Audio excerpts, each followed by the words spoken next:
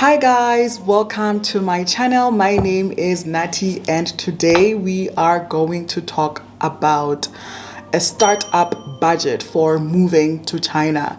I know there are people that are trying to move to China and they don't know how much they should at least save in order to move to China, to start living in China.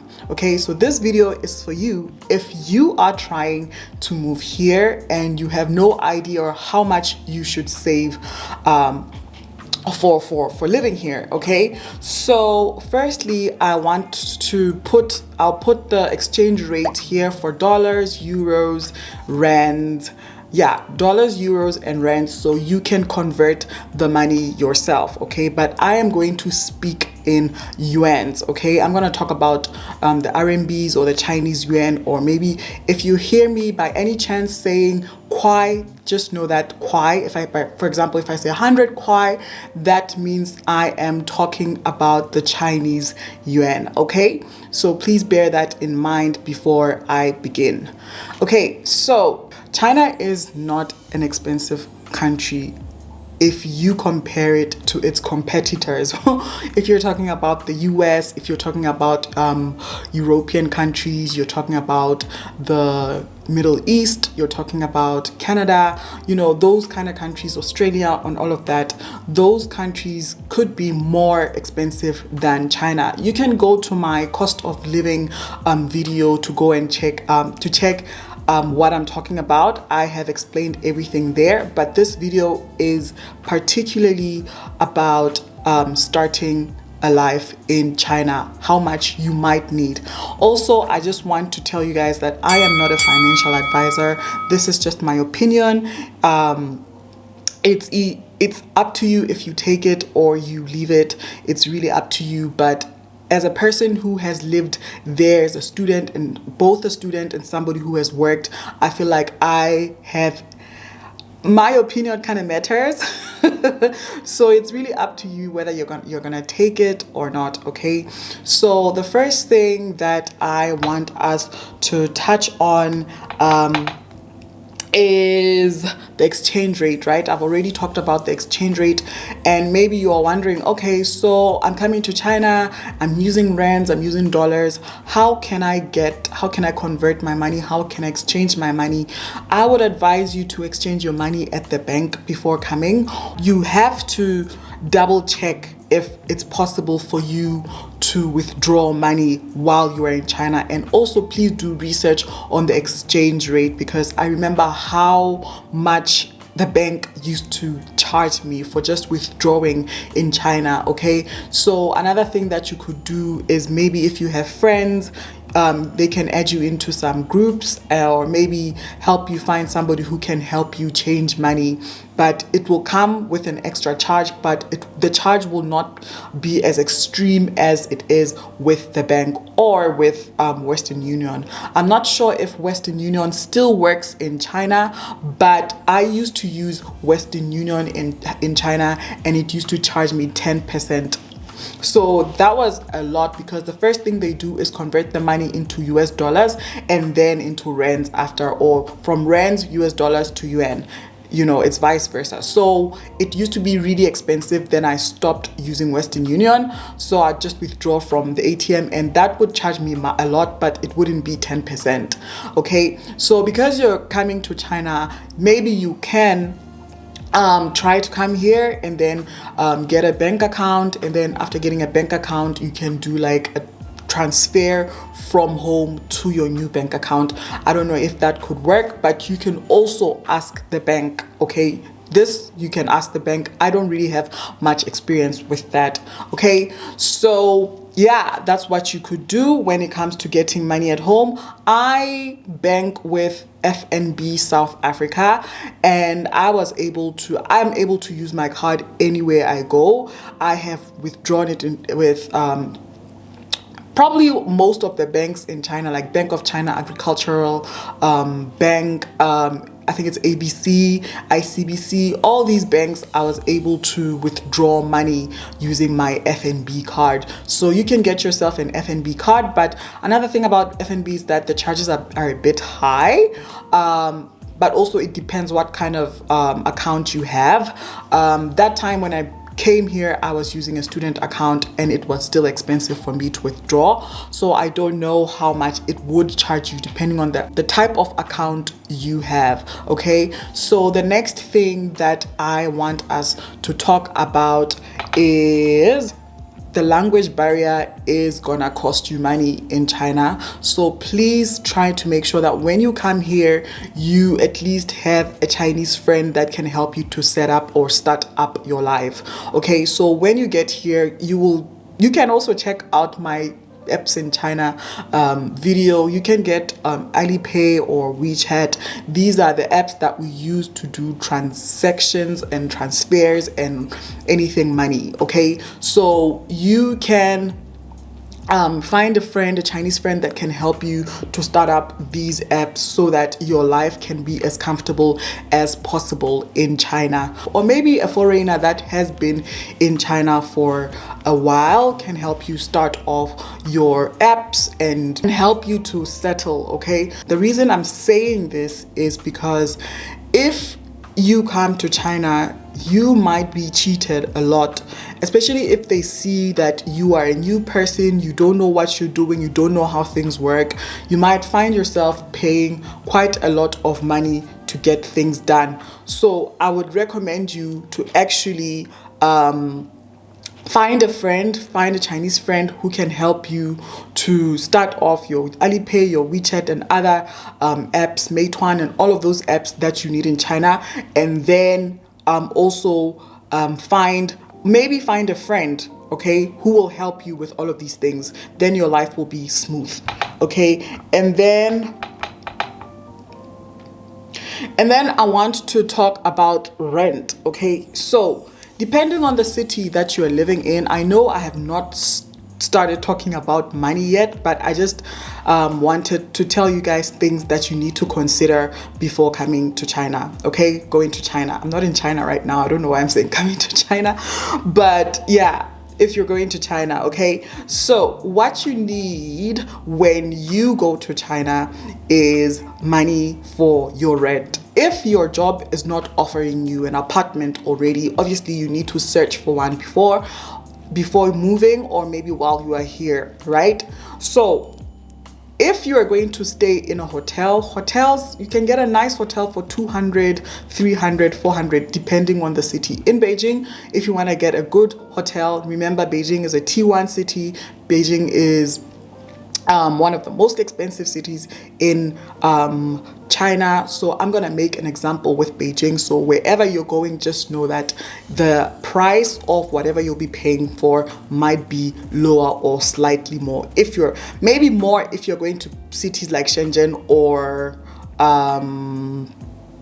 Shanghai, okay? But if it's not that, then you are going to pay less. You are definitely going to be paying less, okay? So for a hotel in Beijing, basic hotel, maybe like this one that I'm staying in right now, you will pay probably like 300 RMBs. 300 kwai, 250 to 300, 400. So maybe if you are studying, you're coming here, you don't have an apartment, you're gonna stay in a hotel, maybe that's how much you'll pay. But if your work or your employer offers to get you an apartment, that will be very fortunate for you. Maybe you can request that if you're trying to work here and ask them if they're gonna pay for your apartment, or if they're gonna help you look for one, or because if they do also help you look for one, they can negotiate with or bargain with your landlord, okay? So that's what happens. When you move into a new house in China, you are going to pay, not all the time, not always, but chances are you're gonna pay rent of 3 months. So in Beijing, I think they're starting for a basic apartment that probably has like one room and a small apartment, a studio apartment, you might find yourself paying like 3 to 4K. also depending where in the city you are. So you can also refer to my cost of living video for that. I'm gonna make an example with Beijing because that's where I lived. I only lived in Beijing, never lived in another city. So I'm gonna make an example with Beijing only, okay? So if you're coming to China and you're probably going to live in a big city like Beijing, just know that you might pay like 3,000 a month for your house. So if you are you're coming here to stay for a year, you're gonna sign a contract of 1 year and you'll be paying your landlord money every 3 months. You're gonna pay quarterly, okay? So it's 3 times 9. I mean, 3 times 3 is 9. Sorry, 3 times 3 is 9. So you're gonna pay 9,000 quarterly, okay? But this is an apartment probably in the outer part of Beijing. But if you're trying to be in the inner part, close to the CBD, you can find yourself paying more than 4,000 RMBs for a studio. Or if you want to pay less, you can get into a shared apartment and pay less. But if you want to get like maybe a master bedroom where you don't have to share the bathroom, you will pay probably 4,000 as well, depending on which part of the city you will be living in. Okay, so if you're gonna live in a city that's smaller than Beijing, chances are you're gonna pay less. Okay, so you will need your deposit. You'll need your deposit, you'll need your agency fee, you will need the 3 months rent. So that's times 5. So that is 3 times 5 is 15, right?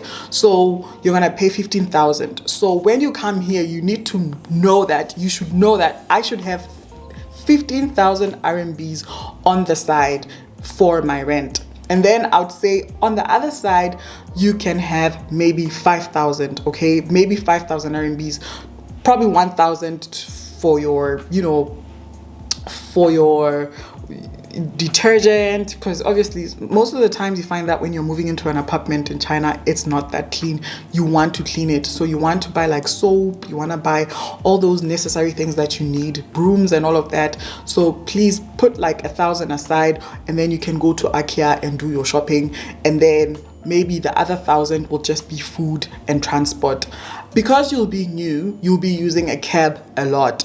So in Beijing, the cab starts from 14 kwai. Doesn't matter where you are, where you're going, it starts from 14 kwai, even if you're going to the gate. If I'm here and I'm going to the gate and I call a cab, it's gonna charge me 14 kwai. So it's like that.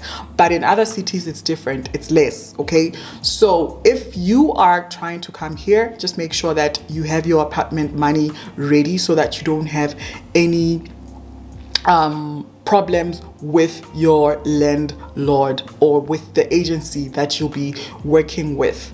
Okay, so that is rent, right? But if you are a student, I think I should have another video for students, because obviously if you're a student, you're going to pay less than what a person would pay if they're working. So we can have another video for students. Let's say this one is only for people who are coming to China to work, okay?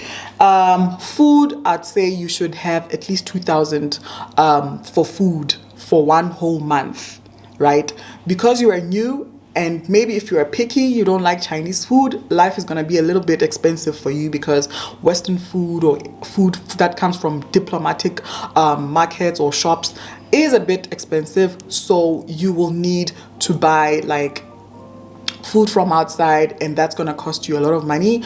But I would say you can shop at the market, buy vegetables and cook for yourself. So just buy pots and all of those things. The nice thing about China is that vegetables are very cheap, so you can get yourself like vegetables. Rice is very cheap, so you can eat. But the Chinese food is not so bad, guys. Honestly speaking, it's really not that bad. They have stew, they have chicken stew, beef stew, all of that. And some of it tastes really like home. It tastes a bit like home. So depending where you're buying, it's gonna take you a while to actually figure out what works for you and what doesn't work for you. But you will eventually find that meal that really works for you. And most of the times you find that when you are working in probably a school, maybe, because a lot of people come to China to become teachers, if you are going to be a teacher in China, chances are the school will provide breakfast and lunch for you. Some also provide dinner, so you won't have to worry about food during the week. Your only worry will be food during the weekend. Okay, so you can just eat lunch and breakfast at work. It's not the best, but it's food at the end of the day, because you are just coming to China. It's your first time in China. You don't have money. You just paid like a whole lot of money on a plane ticket, and just moving in Jade, like documents, you paid a lot of money. So you just need to settle with what you're getting in order to start. So another thing that I want to touch on is salaries, guys. Salaries are paid a month after. For example, if this is August right now, right? It is August, and then you work the whole August, you will get paid the next month. You're not going to be paid on the 30th of August. You're going to be paid on the 15th, 10th, or 5th. Most people are paid on the 15th and the 10th. So you work the whole month and then you're paid the following month. So that's how the salary works. So if you're coming here, don't think that, oh, I'm coming and I'm going to get paid at the end of the month. No. You get paid the next month. So at least have money for 6 weeks. At least 6 weeks. You should have money to sustain you for the first 6 weeks of living in China. Okay, so I hope we are clear with that. Okay, so water and rent are not so expensive. I pay like probably 100 for water in probably 3 months. It's not so expensive. Electricity, I also pay 100 in probably a month if I'm not using the aircon. But if I'm using the aircon and it's really, really hot like it is right now in Beijing, I pay close to 200 because I use it the whole night. So it consumes a whole lot of electricity. So I pay a lot of money. It's not a lot. It's 200 RMBs. So yeah, you can find yourself paying that amount of money for water and for rent. When it gets cold, you also need to pay the money for your heater, the heating system, if you are located in the north of China. But if you're in the south, they don't have those, so that will not be an expense for you. But you will have to pay more money on electricity because you will be using a heater when it's winter. Okay. So entertainment, I don't think entertainment should be part of this video because it will be your first time. You're still settling, so maybe you will not really be considering like outings and all of that. Maybe you'll just have to put that on the side. But if you have the money, then yes, you can do it. You can go out in Beijing. If you're trying to go for a drink, a glass of probably a vodka and maybe juice on the side could cost you like 40 RMBs to 70 RMBs. In like, that's like the average, right? But it can go higher, it can go lower depending where you are. Okay, so yeah, I think I have covered enough. I hope you have an idea of how much you would need. I would say that your startup budget should be 20,000 RMBs if you are going to work. So 20,000 RMBs is basically how much? Probably 50,000 rands or 45 to 50,000 rands. Yes. So I think you should try to put at least that much on the side so that you can live comfortably. But also, if you happen to find an apartment that you can rent out monthly, that would be nice. There are also apartments that you can find that are sublet. Maybe I'm on vacation and I don't want to pay rent for that time, that period that I'm away. Somebody can move into my apartment and pay the landlord while I'm away. So you might find yourself finding an apartment like that. I'm not sure if Zroom has that, but some apps have that option, so you can actually find an app that can help you get a sublet apartment. Okay, so that would be nice. You can just pay like maybe even pay half of the rent, or maybe pay like 80% of the rent, and then the owner of the apartment just pays off the other part. So that means you will have time to, you know, work, and then the next month after getting your first salary, you are able to get your own apartment with your salary, not with the money you came from home with. Okay, so guys, yeah, that is all that I wanted to share with you guys. I hope this video will be useful to somebody out there, and thank you so much for watching. Please don't forget to like, comment, subscribe, and share. Please share my videos, guys. Please help me grow. Yeah, but thank you so much for watching, and I am gonna catch you in my next video. Okay, bye.